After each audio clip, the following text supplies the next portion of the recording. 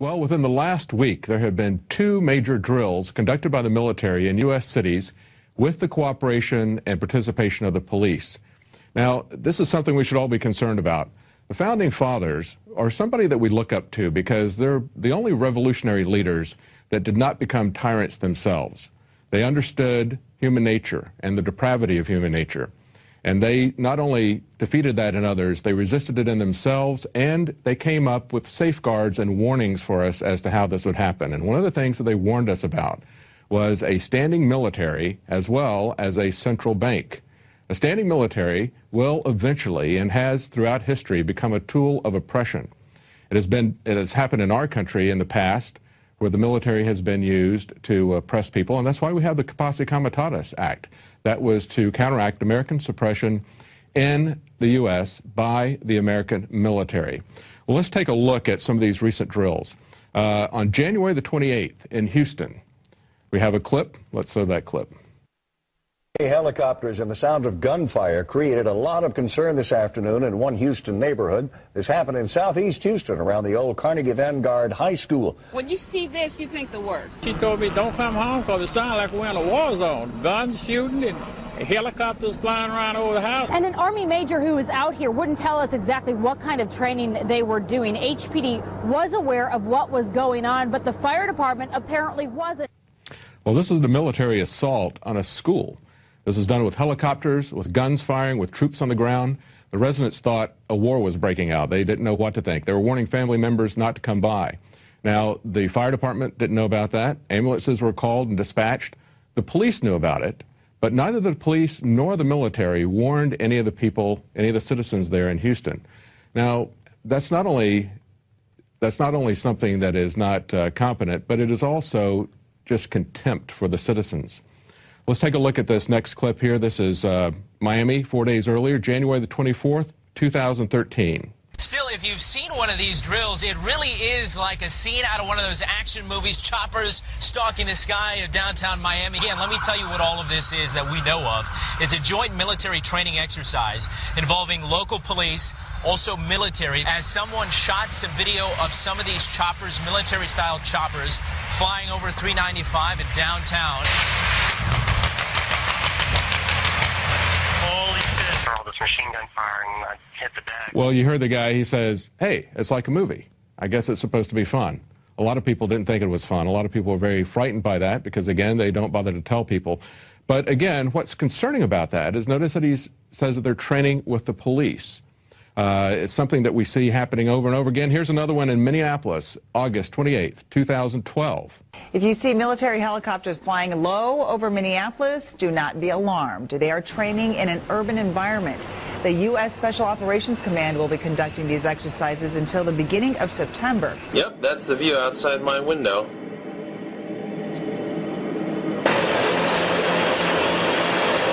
That's right. Did you hear her say, don't be alarmed. Everything is perfectly fine. It's just the American military preparing to attack U.S. cities. Of course, nothing the government ever does is bizarre or to be questioned, just like we are never to question the TSA. And if we do, we're the ones who are bizarre. Here's another one. Chicago, April 17, 2012. A pretty scary scene along the Chicago River turns out to be a military training exercise. Well, notice some of the things that they said. Although you're seeing the same things here as you did in other cities, people are talking about how reckless the behavior was. One of the videos that someone shot, he says, look at this, it's night, and these guys are zigzagging and weaving through skyscrapers at a very low altitude with no lights. Something of reckless endangerment. But the thing that we're really concerned about, again, is the police and the military joining together. Take a look at this clip from Los Angeles in January the 26th, 2012. Special Military Operation Forces, in conjunction with the LAPD, conducting some military maneuvers that had many people wondering what is going on. When a Black Hawk helicopter and 4 OH-6s, or Little Birds, flew over the city. Duran says the military picks environments based on what they might be facing in the near future. If it's a mountainous terrain, then they go to the mountains. If it's a desert terrain, they use the desert. Also, what we saw here tonight in downtown Los Angeles has been seen in Miami and in Boston. Now, do you notice what he said? He said if it's a mountainous terrain, they go to the mountains. If it's desert, they go to the desert. If it's the coast, they go to the coast. Why are they going to American cities? Now, all these things have happened within the last year. All of these reports we just showed you in all these cities, major military drills involving the police and the military working together to take over American cities, training, as the man just pointed out, for the scenario that they're expecting to execute. But this has been going on for a long time. It's just accelerating. Let's take a look at this clip where we sent a team to Chicago. They saw there a National Guard training with local police and the Polish military.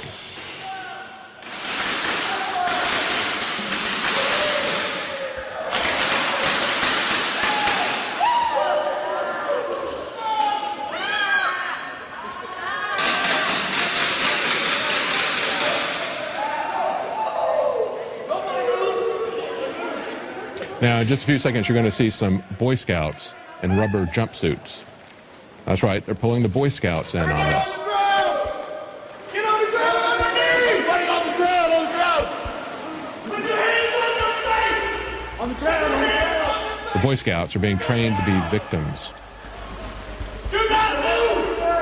Cover your face with your hands! Cover your face with your hands! And in just a few minutes, the Polish military is going to come in full combat gear. That's right. Big Foreign exercise, troops will come probably, 60 Boy Scouts down there with their scoutmasters and whoever else wanted to come along. Notice they have them lying face down in the anthrax powder. It's a very real-life situation. Notice that they're Everyone laying lie face down down in the anthrax powder. We're going to move you. Hostages, you are expendable. Please put your face directly in the powder. All right. Yeah, all of a sudden the Polish BOA is participating in this exercise, which they didn't mention at all before that. It was just they're here to observe, they're here to observe.